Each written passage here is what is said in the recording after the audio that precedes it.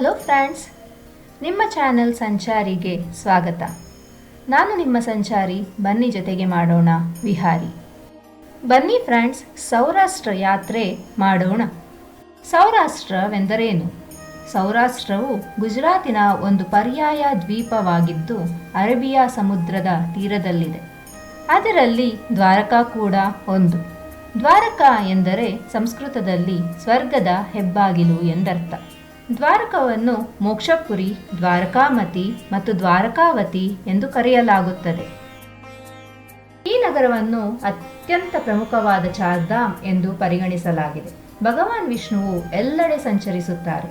ಅವರು ರಾಮೇಶ್ವರದಲ್ಲಿ ಸ್ನಾನ ಮಾಡಿ, ಜಗನ್ನಾಥ್ ಪುರಿಯಲ್ಲಿ ಊಟ ಮಾಡಿ, ಬದ್ರಿನಾಥಲ್ಲಿ ಧ್ಯಾನಿಸುತ್ತಾರೆ ಮತ್ತು ಅಂತಿಮವಾಗಿ ದ್ವಾರಕದಲ್ಲಿ ವಿಶ್ರಾಂತಿ ಪಡೆಯುವರೆಂದು ಹೇಳಲಾಗಿದೆ. ಇದೇ ಅಲ್ಲ, ದ್ವಾರಕಾ ಸಪ್ತ ಮೋಕ್ಷಪುರಿಯಲ್ಲಿ ಒಂದು.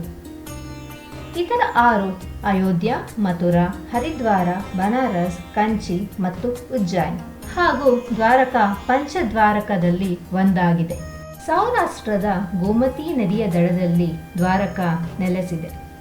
ಶ್ರೀಮದ್ ಭಗವದ್ಗೀತೆ, ಸ್ಕಂದ ಪುರಾಣ, ವಿಷ್ಣು ಪುರಾಣ ಮತ್ತು ಹರಿವಂಶ ಮಹಾಭಾರತದಲ್ಲಿ ದ್ವಾರಕವನ್ನು ಸುವರ್ಣ ನಗರ ಎಂದು ಉಲ್ಲೇಖಿಸಲಾಗಿದೆ. ದ್ವಾರಕಾಧೀಶ ದೇವಾಲಯವನ್ನು ಜಗತ್ ಮಂದಿರ ಎಂದು ಕರೆಯುತ್ತಾರೆ.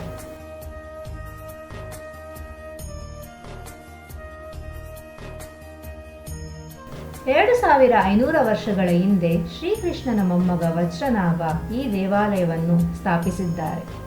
ದ್ವಾರಕಾಧೀಶ ದೇವಾಲಯವನ್ನು ಸುಣ್ಣದ ಕಲ್ಲು ಮತ್ತು ಮರಳಿನಿಂದ ನಿರ್ಮಿಸಲಾಗಿದೆ. ಇದು ನಾಗರ ವಾಸ್ತುಶೈಲಿ ಎಂದು ಪ್ರಸಿದ್ಧವಾಗಿದೆ. ದ್ವಾರಕಾ ದೇವಸ್ಥಾನ 5 ಮಾಡಿಗಳನ್ನು ಮತ್ತು 72 ಕಂಬಗಳು ಹೊಂದಿದೆ. ಶಿಖರದ ಎತ್ತರ 157 ಅಡಿಗಳಿದೆ. ದೇವಾಲಯದ ಒಳಗೆ ಪ್ರವೇಶಿಸುವ ಮುಂಚೆ ದೇವಾಲಯದ ಸ್ಥಳ ಪುರಾಣ ತಿಳಿಯೋಣ ಬನ್ನಿ. ಶ್ರೀಕೃಷ್ಣನ ಚಿಕ್ಕಪ್ಪನಾದ ಕಂಸ ಮಥುರಾ ರಾಜ್ಯದ ಅಧಿಪತಿ. ಕಂಸ ಮಥುರಾ ಜನರನ್ನು ಭಯಭೀತಗೊಳಿಸಿ ಹಿಂಸಿಸುತ್ತಿದ್ದನು. ಜನರ ಮೇಲೆ ಕ್ರೂರತ್ವವನ್ನು ತೋರುತ್ತಿದ್ದನು. ಇದನ್ನು ಕಂಡ ಶ್ರೀಕೃಷ್ಣ ಕಂಸನನ್ನು ಕೊಂದನು. ಕಂಸನ ಮಾವ ಮಗಧಾದ ರಾಜ ಜರಸಂಧ ಕಂಸನ ಸಾವಿನ ಸುದ್ದಿಯನ್ನು ಕೇಳಿ ಕೋಪಗೊಂಡನು ಮತ್ತು ಅವನ ಸಾವಿಗೆ ಸೇಡು ತೀರಿಸಿಕೊಳ್ಳಲು ಪ್ರಯತ್ನಿಸಿದನು. ಜರಸಂಧ ಹಲವು ಬಾರಿ ಮಥುರವನ್ನು ಆಕ್ರಮಿಸಲು ಪ್ರಯತ್ನಿಸಿ ವಿಫಲರಾದರು. ಆದರೆ ಸುದೀರ್ಘ ಘರ್ಷಣೆಯಲ್ಲಿ ಯಾದವ ರಾಜವಂಶರು ಭಾರೀ ನಷ್ಟವನ್ನು ಅನುಭವಿಸುತ್ತಿದ್ದರು. ಇದನ್ನು ಕಂಡ ಶ್ರೀಕೃಷ್ಣನು ಯಾದವರ ಜೊತೆ ಮಥುರವನ್ನು ತೊರೆಯಲು ನಿರ್ಧರಿಸಿದನು. ಶ್ರೀಕೃಷ್ಣನು ವಿಶ್ವಕರ್ಮನನ್ನು ಹೊಸ ನಗರವನ್ನು ನಿರ್ಮಾಣ ಮಾಡುವಂತೆ ಕೋರಿದರು. ಸಮುದ್ರದ ಅಧಿಪತಿಯಾದ ಸಮುದ್ರ ದೇವರು ಸ್ವಲ್ಪ ಭೂಮಿಯನ್ನು ಒದಗಿಸಿದರೆ ಮಾತ್ರ ಕಾರ್ಯವು ಪೂರ್ಣಗೊಳ್ಳುತ್ತದೆ ಎಂದು ವಿಶ್ವಕರ್ಮರು ತಿಳಿಸಿದರು. ಶ್ರೀಕೃಷ್ಣ ಸಂತುಷ್ಟನಾಗಿ ಸಮುದ್ರ ದೇವನನ್ನು ಪೂಜಿಸಿದನು.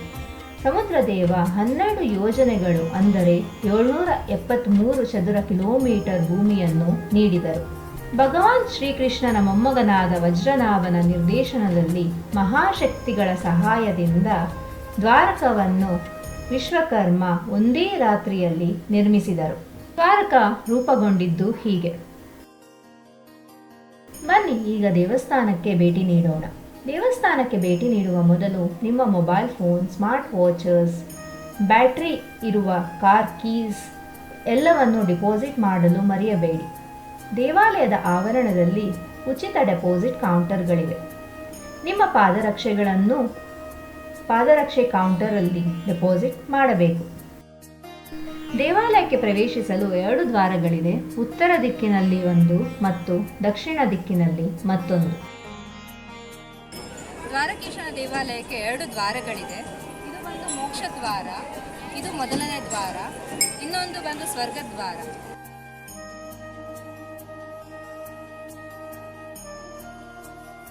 ಇದು ಸ್ವರ್ಗದ್ವಾರ. ಗೋಮತಿ ಘಾಟ್ನಿಂದ ದೇವಾಲಯಕ್ಕೆ ಪ್ರವೇಶಿಸುವ ದ್ವಾರವೇ ಸ್ವರ್ಗದ್ವಾರ. ಇಲ್ಲಿ 56 ಮೆಟ್ಟಿಲುಗಳಿವೆ. ಇದು 56 ಕೋಟಿ ಯಾದವರನ್ನು ಪ್ರತಿನಿಧಿಸುತ್ತದೆ ಎಂದು ಇತಿಹಾಸ ಹೇಳುತ್ತದೆ. ಮೋಕ್ಷದ್ವಾರ ಬಹು ಅನುಕೂಲಕರವಾದ ಪ್ರವೇಶ ದ್ವಾರ ಎಂದು ಹೇಳಬಹುದು, ಏಕೆಂದರೆ ಡಿಪಾಸಿಟ್ ಕೌಂಟರ್ಸ್ ಈ ದ್ವಾರದ ಬಳಿ ಇದೆ. ವಯಸ್ಸಾದ ವೃದ್ಧರಿಗೆ ಮತ್ತು ಅಂಗವಿಕಲರಿಗೆ ಮೋಕ್ಷದ್ವಾರದಿಂದ ಪ್ರವೇಶಿಸಬೇಕಾಗುತ್ತದೆ, ಏಕೆಂದರೆ ಇಲ್ಲಿ ಮೆಟ್ಟಿಲುಗಳಿಲ್ಲ. ವೀಲ್ ಚೇರ್ ದೊರೆಯುತ್ತದೆ. 2 ದ್ವಾರಗಳ ಬಳಿ ಸೆಕ್ಯೂರಿಟಿ ಚೆಕ್ ಕ್ಯಾಬಿನ್ಗಳಿದೆ.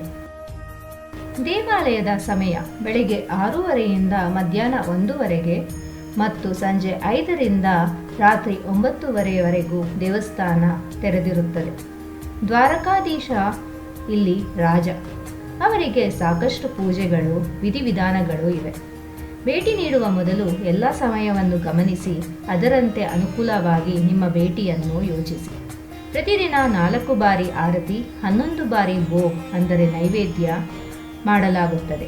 ಶೃಂಗಾರ ಆರತಿ ಮತ್ತು ದರ್ಶನವನ್ನು ತಪ್ಪದೇ ವೀಕ್ಷಿಸಿ. ದ್ವಾರಕಾಧೀಶನ ದೇವಾಲಯದಲ್ಲಿ ಯಾವುದೇ ರೀತಿಯ ಡ್ರೆಸ್ ಕೋಡ್ ಇಲ್ಲ. ಆದರೆ ದೇವಾಲಯವಾಗಿರುವುದರಿಂದ ಯೋಗ್ಯ ಉಡುಗೆಗೆ ಆದ್ಯತೆ ನೀಡಲಾಗುತ್ತದೆ. ಇಲ್ಲಿ ಎಲ್ಲರೂ ಸುಲಭವಾಗಿ ದರ್ಶನ ಮಾಡಬಹುದು. ಆರತಿಗಾಗಿ ಯಾವುದೇ ವಿಶೇಷ ದರ್ಶನ ಲಭ್ಯವಿಲ್ಲ.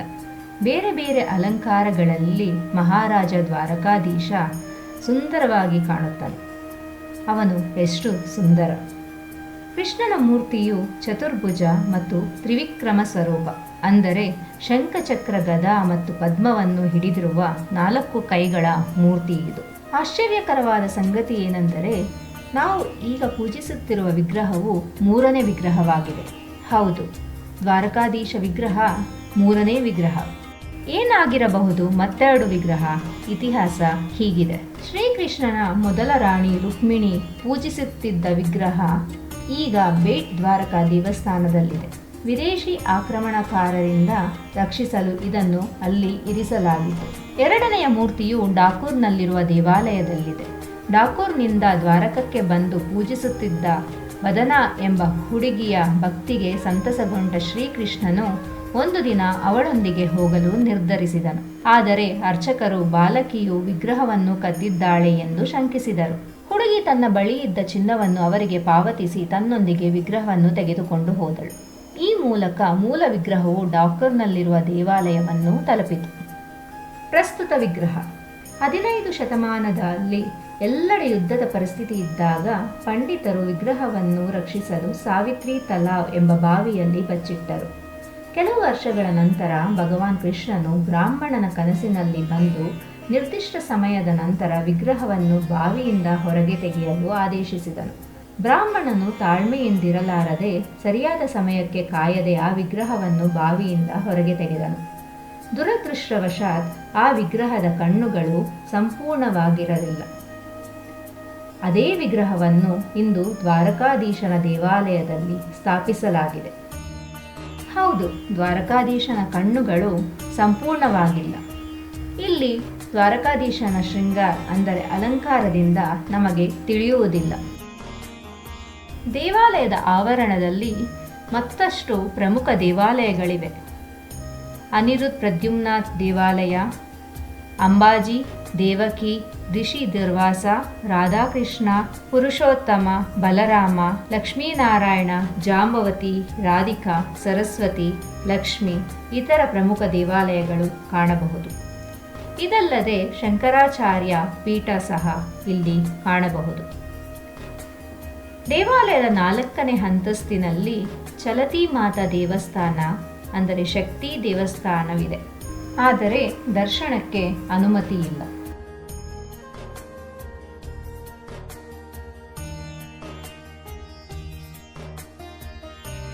ನಾವು ದ್ವಾರಕಾಧೀಶನ ದೇವಾಲಯವನ್ನು ಎಲ್ಲಿಂದ ನೋಡಿದರೂ ಅದರ ಶಿಖರ ಮೇಲಿರುವ ಬೃಹತ್ ಧ್ವಜ ಆಕರ್ಷಿಸುತ್ತದೆ. ಪ್ರತಿ ಬಾರಿ ದೇವಸ್ಥಾನವನ್ನು ನೋಡಿದಾಗ ವಿಭಿನ್ನ ಧ್ವಜ ಇರುವುದನ್ನು ನೀವು ಗಮನಿಸಬಹುದು. ಧ್ವಜವನ್ನು ದಿನಕ್ಕೆ 5 ಬಾರಿ ಬದಲಾಯಿಸಲಾಗುತ್ತದೆ. ಬೆಳಿಗ್ಗೆ 3 ಬಾರಿ ಮತ್ತು ಸಂಜೆ 2 ಬಾರಿ ಧ್ವಜವನ್ನು ಬದಲಾಯಿಸಲಾಗುತ್ತದೆ. ಧ್ವಜದ ಮೇಲೆ ನಾವು ಸೂರ್ಯ ಮತ್ತು ಚಂದ್ರನ ಚಿತ್ರವನ್ನು ಕಾಣಬಹುದು. ಅದು ಅವರು ಇರುವವರೆಗೂ ಶ್ರೀಕೃಷ್ಣನ ಉಪಸ್ಥಿತಿ ಇರುತ್ತದೆ ಎಂದು ಸೂಚಿಸುತ್ತದೆ. ಧ್ವಜವು 52 ಗಜಗಳಿವೆ, ಅಂದರೆ 40 ಮೀಟರ್ಗಳಿವೆ. ಹೌದು, ಇದು ದೊಡ್ಡ ಧ್ವಜವಾಗಿದೆ. 52 ಅಂದರೆ 12 ರಾಶಿಚಕ್ರಗಳು, 22 ನಕ್ಷತ್ರಗಳು, 10 ದಿಕ್ಕುಗಳು, ಸೂರ್ಯ, ಚಂದ್ರ ಹಾಗೂ ದ್ವಾರಕಾಧೀಶನನ್ನು ಪ್ರತಿನಿಧಿಸುತ್ತದೆ. ಧ್ವಜವು ಕಪ್ಪು ಬಣ್ಣವನ್ನು ಹೊರತುಪಡಿಸಿ ಯಾವುದೇ ಬಣ್ಣ ಅಥವಾ ಬಣ್ಣಗಳ ಸಂಯೋಜನೆಯಾಗಿರಬಹುದು. ಭಕ್ತರು ಧ್ವಜವನ್ನು ಪ್ರಾಯೋಜಿಸಬಹುದು.